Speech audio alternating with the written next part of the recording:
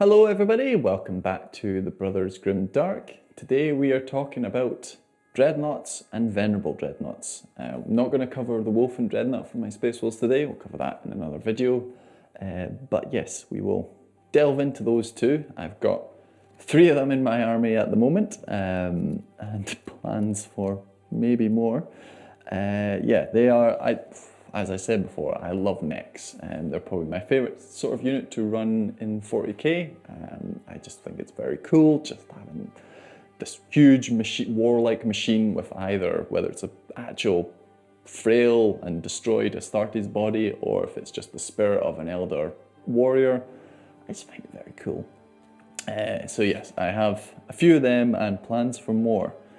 So the Dreadnought. I'll just compare the Venerable Dreadnought and the regular Dreadnought stat lines off the bat here. So movement 6, weapon skill 3+, ballistic skill 3+, strength 6, toughness 7, 8 wounds, 4 attacks, leadership 8, and a 3-up save. And the Venerable Dreadnought, on top of that, you basically, your weapon skill and ballistic skill change from 3+ to 2+, and you get access to Unyielding Ancient. So each time this model would lose a wound, roll a d6, and on a 6+, that wound is not lost. So it's going to average out at 1 extra wound, 1 and a bit maybe, depending on how your dice rolls go that game. You could get really lucky and roll a bunch of 6s. It's never a bad little additional rule to have, and for that I think you pay 15 points for the privilege to upgrade him. Where are we? Bear with me, the elite section is very dense in the Space Marine Codex.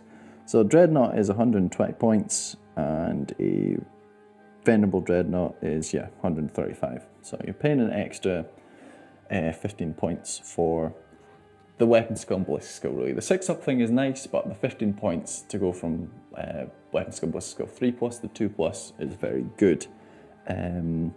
As I say, you maybe don't get the most out of that with Space Wolves, because you're already +1 to hit in combat, so that, first round of combat, so that 2+ weapon skill isn't as useful as it can be with other chapters.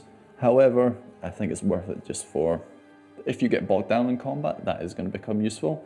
And yeah, having for me, usually multi-meltas, having those hit on 2s rather than 3s is very good. And for multi-meltas, which as I say I would run, you're talking 5 points more. So for that Venerable Dreadnought, you're 140 points, and that's good. You also come with a Stormbolter for that. You could upgrade that to Flamer if you want. I generally don't, but Flamers are very good right now, so you could stick a heavy Flamer on that. And if you're running them as Space Wolves, you get access to the Great Wolf Claw. This applies to the regular Dreadnought or the normal Dreadnought. So that compared to the Dreadnought combat weapon, which you still can take if you want, you go from ×2 strength, so 12, to just +4 strength, 10. That's still good enough against most stuff. It's very rare that being strength 12 versus strength 10 is actually going to make a difference, but if you come up against something that's toughness 6 or toughness 5, then it will. Actually, no, not toughness 5. Yeah, just toughness 6, really. Yeah, so it's not really going to have a huge effect all that often, but it might. You go from AP -3 on the Dreadnought combat weapon to just AP -2 on the Great Wolf Claw.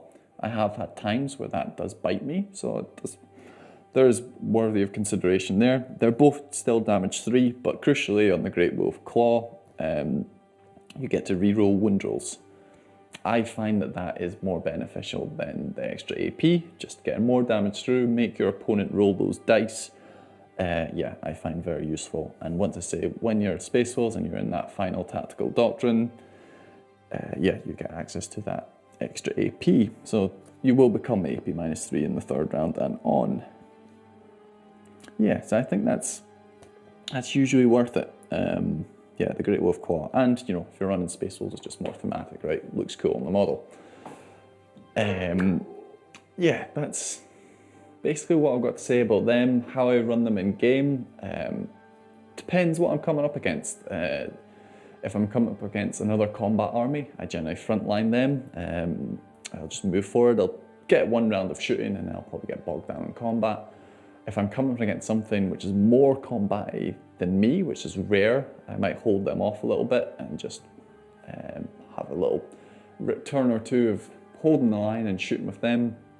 And yeah, if I come up against a castle, I've got to get across the board with everything. So they can be a good distraction because they do churn out a big bit of shooting to help protect my other units. If I've got Boris running around, they can be hard to deal with because you get them down to 1 wound, and then I usually run him as Master of the Forge, so you can just stick an extra 3 on one of them, which is very powerful.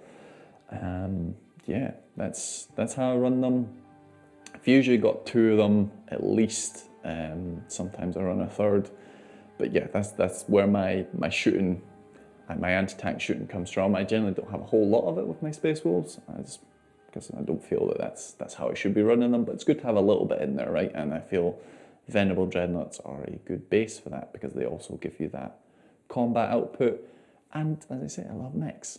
So they tick a lot of boxes for me in terms of what they do in game and just how I want to run my wolves and what I like to run. So yeah, I do have plans to add some other Dreadnoughts down the line. As I say, we'll get into the wolfen side of things and talk about the benefits of the wolfen Dreadnought versus the Venerable Dreadnought kitted out the same way, which one of those is the better option to take in another video. But for now, hope you enjoyed that little run through of Dreadnoughts and Venerable Dreadnoughts, and we'll catch you again soon. See ya.